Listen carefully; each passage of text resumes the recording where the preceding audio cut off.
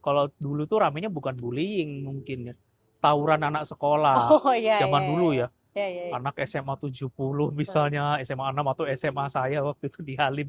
Itu zaman dulu nih, cerita Iya. masa lalu tuh. STM penerbangan zaman dulu ya. Tapi sekarang kan udah nggak ada tuh. Tawuran itu udah hampir nggak ada. Tapi Oke. muncul bullying.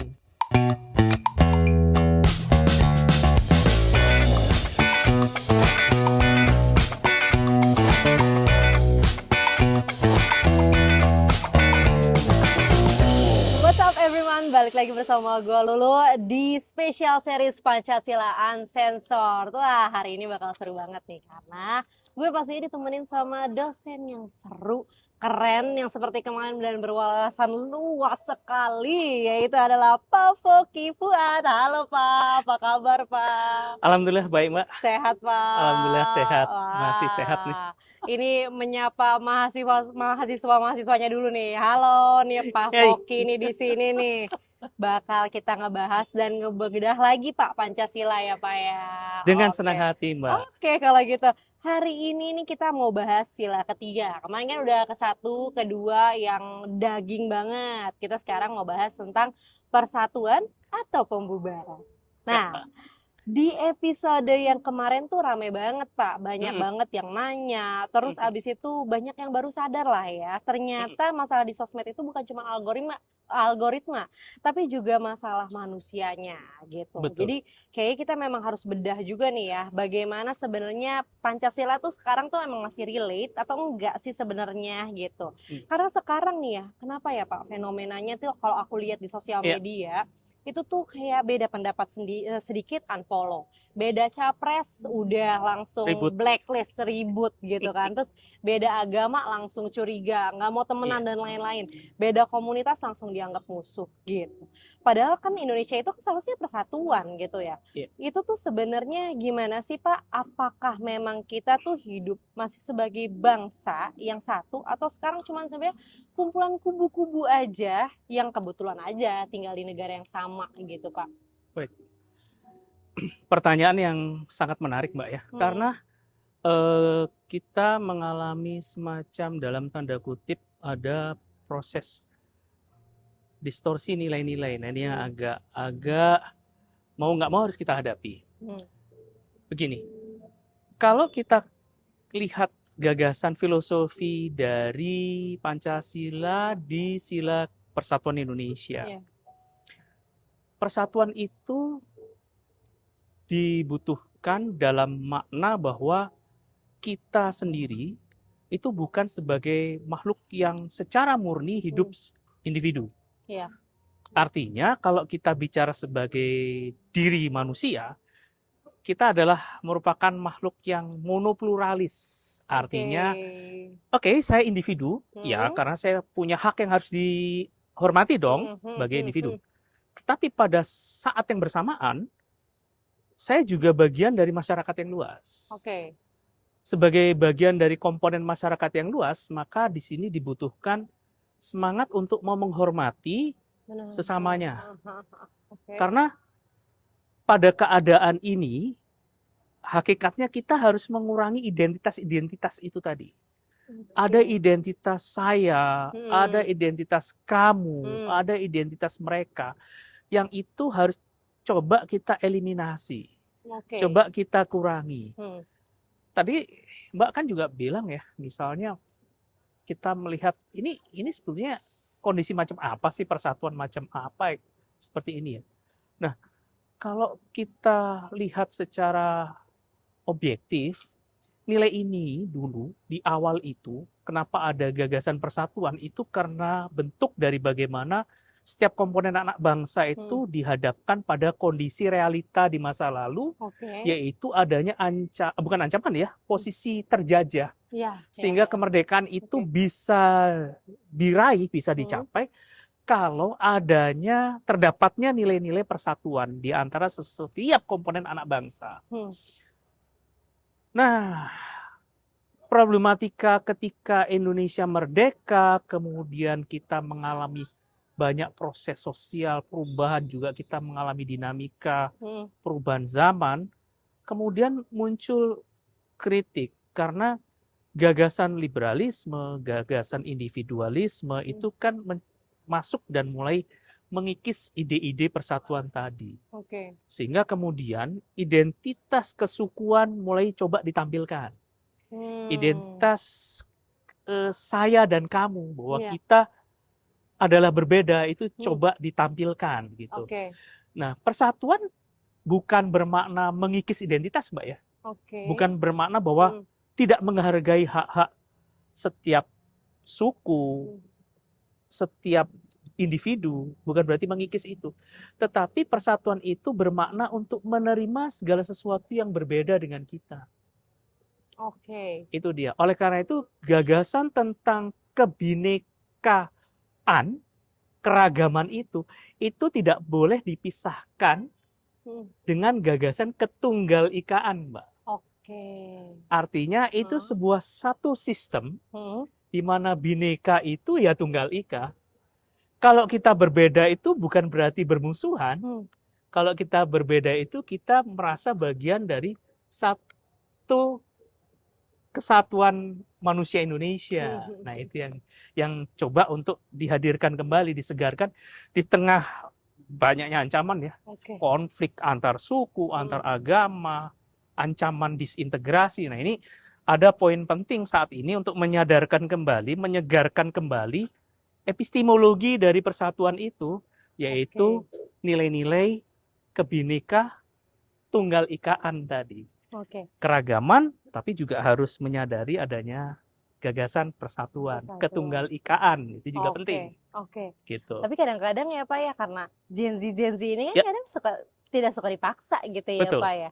Ya. Apakah itu tuh menjadi kayak paksaan untuk mereka gitu, dipaksa untuk kita harus bersatu gitu, dan akhirnya yang menjadikan mereka akhirnya ujung-ujungnya jadi pemberontakan gitu Pak. Betul Mbak. Sebetulnya di kalangan generasi muda itu ada momen penting saat ini untuk mencoba kembali melihat ide-ide persatuan. Persatuan bukan bermakna menghapus keragaman ya. Meniadakan keragaman, karena kita tidak mungkin sama. Tetapi bagaimana kita mencoba untuk bisa melihat kembali adik-adik Gen Z ini ya, adik-adik Gen Z ini melihat kembali Indonesia sebagai ruang tempat hidup bersama. Oke lah, katakanlah demokrasi. Oke, tapi sejauh mana kita bisa menerima orang lain, Mbak? Nah, ini justru anak muda sekarang nih, adik-adik Gen Z. Oke, kamu punya hak yang harus dihormati. Iya dong, ya dong, secara individu dong. Tetapi kan kamu juga bagian dari masyarakat yang luas juga. Kamu kan nggak mungkin hidup sendiri dong. Nah, sejauh mana kamu bisa berbagi dengan orang lain? Sejauh mana kamu bisa menerima perbedaan, bahwa orang yang ada di sampingmu, bahwa ada orang yang hidup di samping saya, misalnya, itu ya nggak sama dengan saya. Tadi Mbak bilang, mungkin beda suku, mungkin juga beda agama, gitu beda ya, komunitas. beda komunitas. Ngapain sih untuk sesuatu hal sesaat? Misalnya ada perbedaan pilihan, kemudian mengakibatkan saya harus bermusuhan. Kalau kita membangun semangat bermusuhan, bahan bakarnya banyak banget, Mbak. Bahan bakar untuk permusuhan itu banyak banget. Mulai dari perbedaan pilihan dalam pemilu, pilkada, pilpres, apapun itu bisa menjadi bahan bakar. Tapi menyadarkan kembali bahwa perbedaan itu bukan memecah. Perbedaan itu justru untuk membangun kesadaran sejauh mana saya bisa menerima Anda, sejauh mana kamu bisa menerima saya, sejauh mana kita bisa hidup berdampingan, ya walaupun mungkin kita nggak sama tentunya. Itu yang paling penting. Dan itu yang harus coba diresapi oleh adik-adik Gen Z saat ini gitu. Ya kembali lagi ya Pak, yang penting kita berhidup bersosial harus saling mengerti gitu. Betul. Ya. Jangan kebanyakan baper guys. Itu dia. Itu ya Pak ya. Itu dia. Sekarang nih banyak banget Pak, orang tuh ngebela sesama organisasinya, sesama agama, sesama politiknya gitu. ngebela mati-matian Mm-mm. tanpa tahu gitu, tanpa ngelihat itu salah atau benar sebenarnya gitu kan. Jadi seperti kelihatannya tuh fanatik sekali gitu ya, Pak. Nah, sebenarnya tuh batas solidaritas dan fanatisme itu tuh sebenarnya di mana sih, Pak? Karena sebenarnya kadang tuh bukan kebenaran lagi yang kita bela, tapi lebih ke ego banget gitu ya, Pak ya. Iya. Fanatisme, apakah fanatisme dengan latar belakang agama, ataukah fanatisme atas dasar kesukuan misalnya, ras misalnya, itu rupanya sudah terjadi sejak awal peradaban manusia. Artinya itu bukan hal baru. Tetapi yang perlu disadarkan, apakah kita masih tetap mau memupuk fanatisme buta? Apakah perbedaan itu kemudian dengan serta-merta melahirkan kebencian? Kalau saya melihat, Mbak ya, salah satu aspek mengapa tumbuh fanatisme, khususnya fanatisme buta. Apa tuh Pak Fanatisme buta itu berpihak tetapi tidak objektif dalam berpikir. Berarti kayak tadi ya, Iya, Pak. betul. Sekedar berbeda kemudian kita bermusuhan. Hasil kajian saya selama ini itu melihat adalah karena seringkali muncul prasangka-prasangka. Prasangka-prasangka buruk, prejudice gitu ya. Di mana kita sebetulnya kita nggak paham tentang siapa dia. Kemudian muncul stigma. Nah, ini problem-problem dalam berkeindonesiaan kita. Itu problemnya seringkali di situ. Di mana seringkali kalau saya melihat ya dari beberapa penelitian saya gitu ya, saya tertarik dengan kajian-kajian antropologi gitu ya, walaupun saya di bidang hukum, Mbak ya, itu prejudice tadi, prasangka-prasangka buruk itu diwariskan, Mbak. Antar generasi. Bahwa kalau suku ini, kalau ras ini, template nih. Punya karakter ini. Padahal kan belum tentu juga, Mbak ya. Belum tentu juga, Mbak ya. Penelitian saya S2 dan S3 waktu itu menilai tentang keragaman kesukuan itu. Ras kemudian saya lihat. Itu ternyata prasangka kita itu jauh lebih tinggi dibandingkan pada faktanya. Gitu.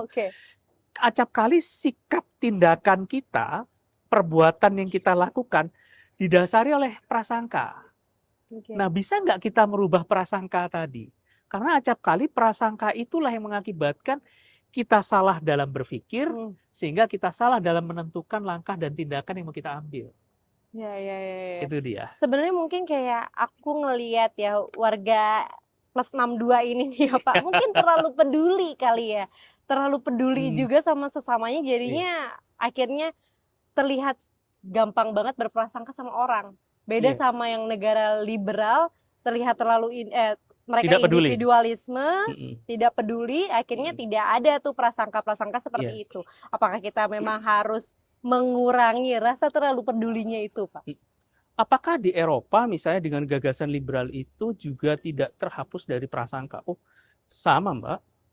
Prasangka-prasangka itu juga muncul. Misalnya white supremacy yang terjadi di beberapa negara ya, Mbak, di Eropa, khususnya Amerika, Mbak ya. White supremacy itu di negara-negara barat ya, itu prasangka terhadap perbedaan agama, prasangka terhadap perbedaan budaya, hingga prasangka terhadap perbedaan ras itu tinggi juga. Itu tinggi, Mbak. Kalau Mbak lihat misalnya beberapa kasus-kasus yang ramai beberapa tahun belakangan ini di Amerika Serikat, juga terjadi di Inggris, kerusuhan-kerusuhan yang terjadi di Inggris, munculnya di Inggris contohnya munculnya hooliganisme dalam dunia sepak bola misalnya. Itu dipicu oleh prejudice, dipicu oleh prasangka buruk terhadap warga selain kulit putih. Jadi hooliganisme itu sebagai bentuk dari bagaimana mereka membungkus prasangka ini.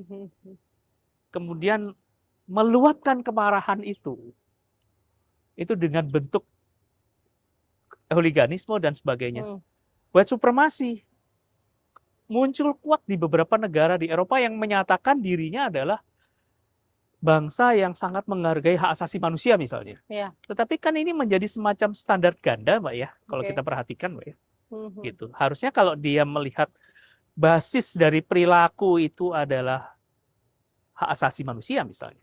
Tentunya kan dia tidak boleh melihat dasar ras, agama, sentimen-sentimen ini sebagai dasar pijakan dia.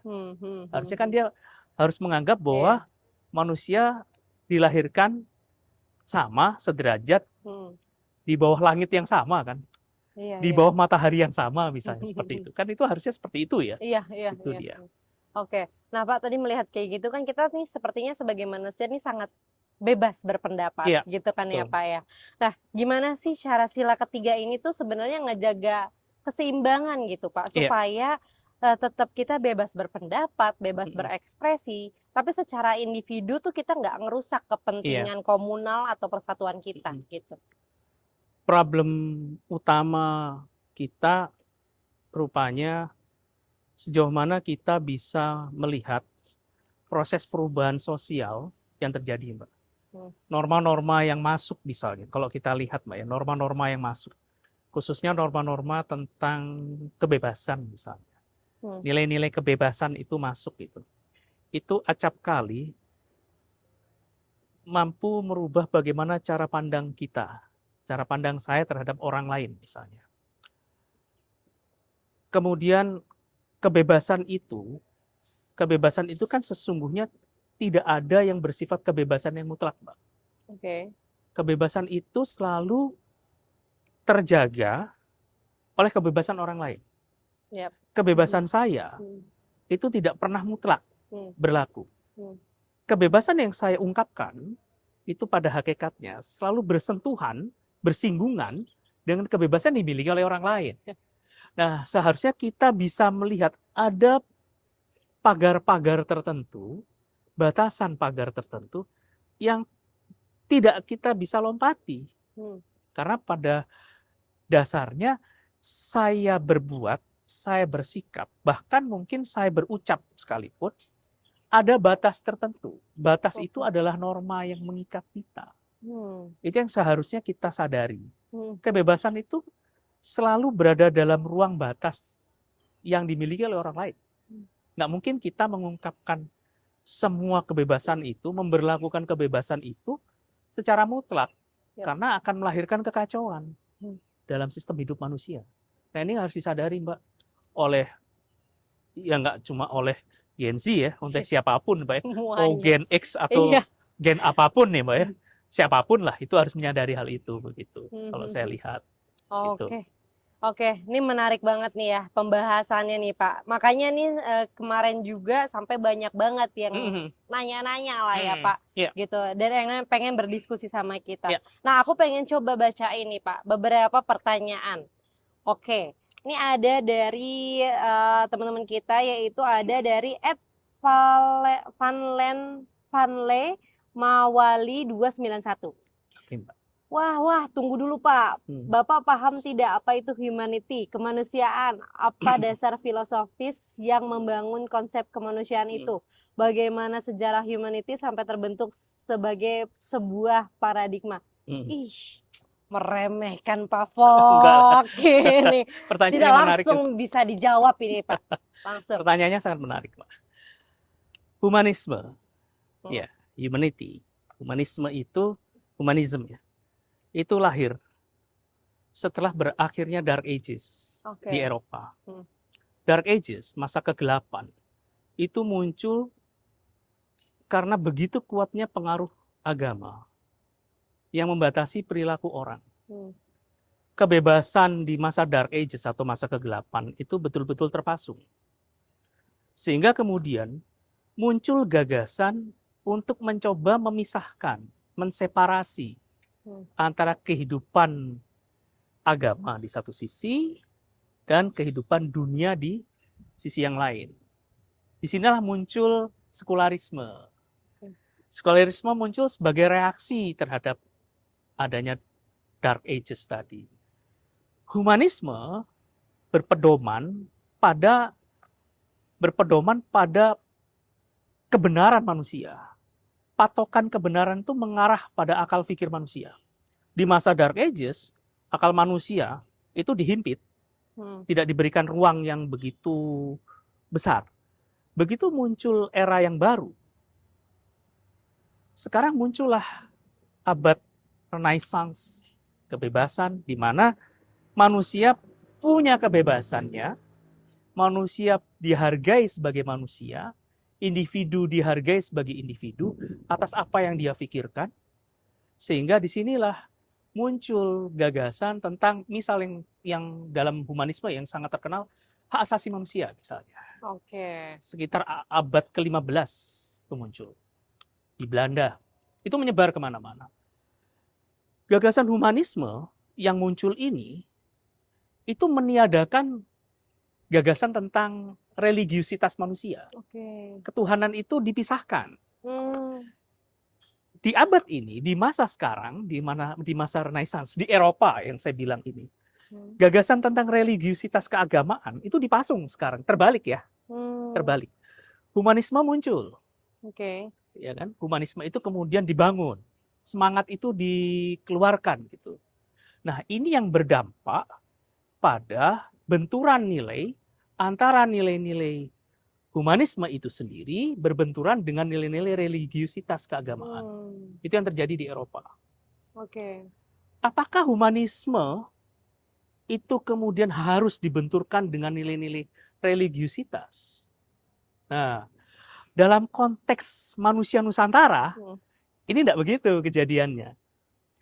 Problematika manusia itu di lingkup manusia Nusantara itu tidak pernah terlepas dari gagasan ide-ide ketuhanan. Oke. Kita kembali ke sila pertama ya. Ide-ide manusia sebagai makhluk religius.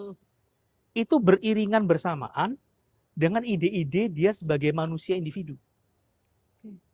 Manusia ini bisa kita lihat sebagai makhluk individu di satu sisi, bisa disebut sebagai makhluk sosial di sisi yang lain, tetapi pada saat yang bersamaan, dia juga disebut sebagai manusia religius di sisi yang lain lagi. Jadi ada 3 komponen yang ada dalam diri manusia. Saya sebagai makhluk individu, Mbak juga makhluk individu yang tentunya kita punya hak yang harus dihormati.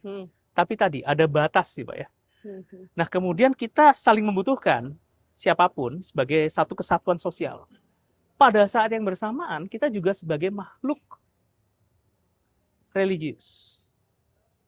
Nah, sebagai makhluk religius, disinilah kita melihat bahwa ada keterikatan dengan Tuhan. Kenapa? Nilai-nilai ketuhanan itulah yang membentuk sistem perilaku manusia. Yang kita sebut misalnya moralitas. Muncul dari mana moralitas itu? Kalau tidak ada pemahaman terhadap ide kekuasaan Tuhan sebagai pengendali absolut misalnya, tidak akan muncul nilai-nilai moralitas dalam diri manusia. Yang kemudian akan membentuk sistem etik.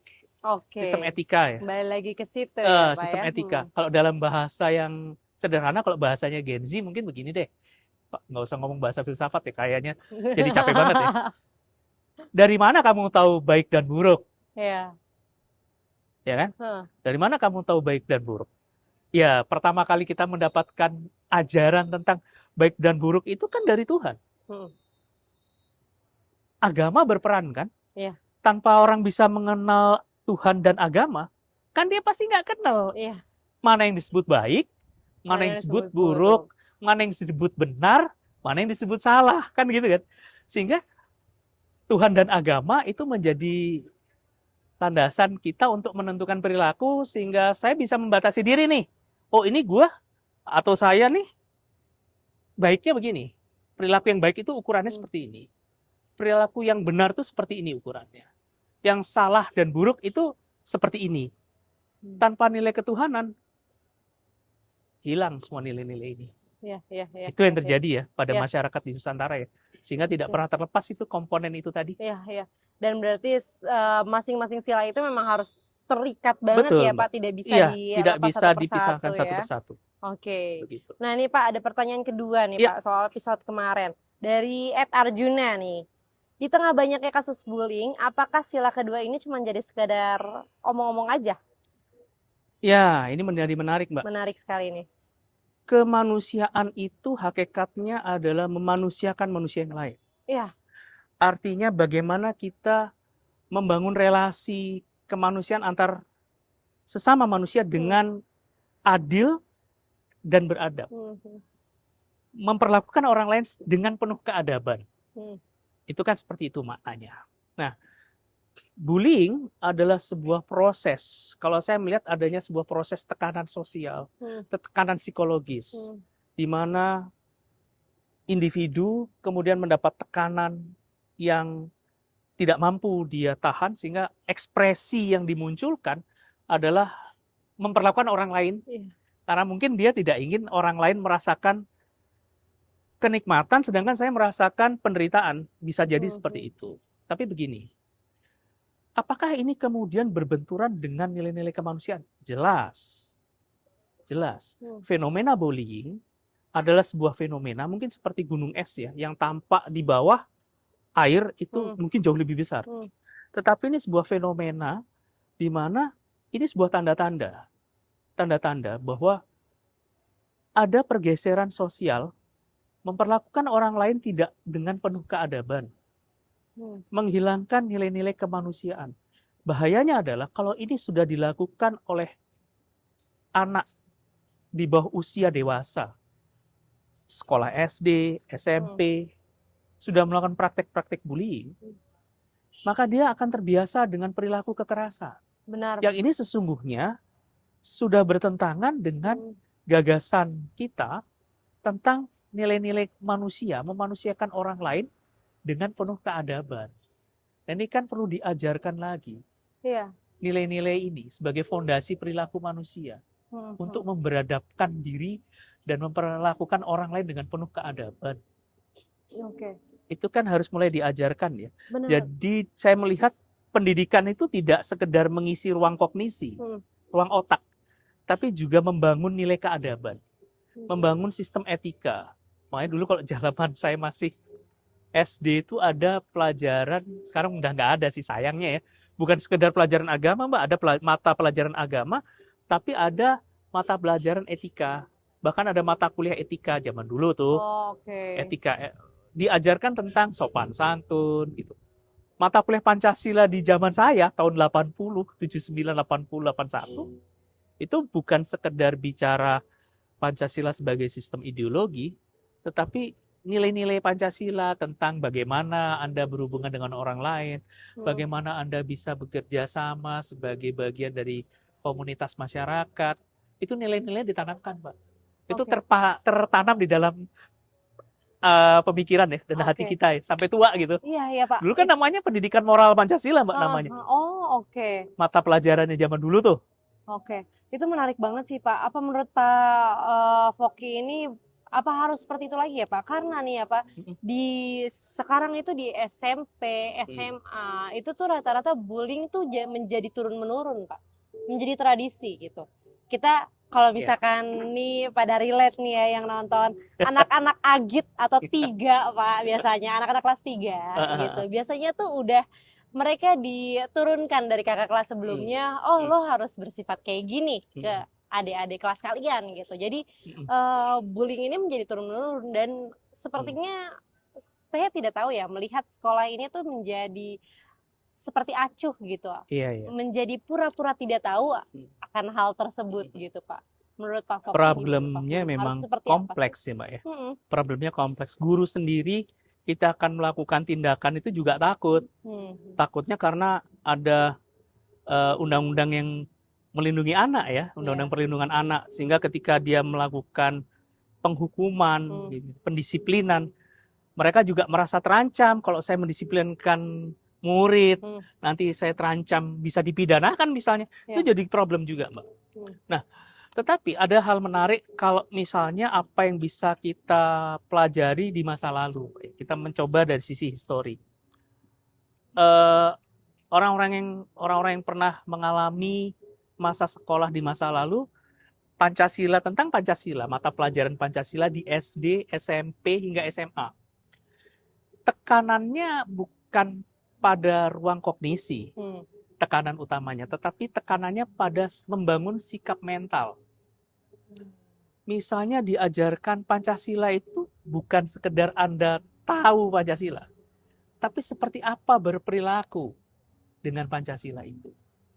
Itu guru-guru kami tuh, guru-guru tahun 70-80 itu dulu itu, sampai saya sekolah lulus di awal 90-an itu mengajarkan nilai, Mbak. Bagaimana kamu bisa bekerja sama dengan orang? Bagaimana kamu bisa menghormati orang yang berbeda? Bagaimana kamu bisa membangun persaudaraan? Tekanannya mungkin ajarannya lebih filosofis ya. Tapi yang bisa dipahami oleh anak-anak SD. Menanamkan nilai-nilai Pancasila dari basic. Yang ini bagi saya menjadi hal penting ketika nilai itu bisa tertanam di generasi Gen Alpha maupun Gen Z, yang itu insya Allah ya bisa terbawa sampai tua. Harapannya seperti itu. Menanamkan nilai itu memang lebih sulit. Tapi begitu dia tertanam, dia akan sulit untuk terlupakan. Gitu. Benar. Itu sih, Mbak. Ini karena saya merasakan di masa lalu ya, belajar Pancasila itu seperti kita belajar nilai-nilai kebaikan, budi pekerti, moralitas, itu yang ditanamkan. Berarti kita harapkan pendidikan kembali lagi seperti itu ya Pak, ada ajaran-ajaran seperti itu ya Pak ya? Dulu kok namanya bullying kayaknya saya baru mendengar di era 2000-an ya. Jarang sekali ya. Jarang ya di masa saya dulu. Kalau dulu tuh ramenya bukan bullying mungkin ya. Tawuran anak sekolah. Zaman dulu ya. Anak SMA 70 misalnya, SMA 6 atau SMA saya waktu itu di Halim. Itu zaman dulu nih cerita masa lalu tuh. STM penerbangan zaman dulu ya. Tapi sekarang kan udah nggak ada tuh. Tawuran itu udah hampir nggak ada. Tapi muncul bullying. Gitu ya, muncul bullying. Nah ini mungkin kita bisa lihat nilai-nilai Pancasila itu tetap harus ditanamkan sebagai sebuah pelajaran budi pekerti untuk membentuk sistem moral gitu. Apakah zaman saya selalu benar? Ya enggak. Tetapi ini menjadi salah satu cara untuk menekan perilaku murid-murid agar tidak berperilaku di luar nilai itu. Baik teman-teman, kita hindarilah bullying karena saya juga korban bullying juga Pak, itu sangat-sangat aduh nyebelin banget gitu ya Pak ya. Semoga dampaknya nggak parah ada lagi ya. Dampaknya parah. Thank you banget nih Arjuna, pembahasan ini jadi menarik sekali ya. Terutama untuk anak-anak sekarang tuh ini sangat-sangat relate gitu ya Pak. Betul Mbak.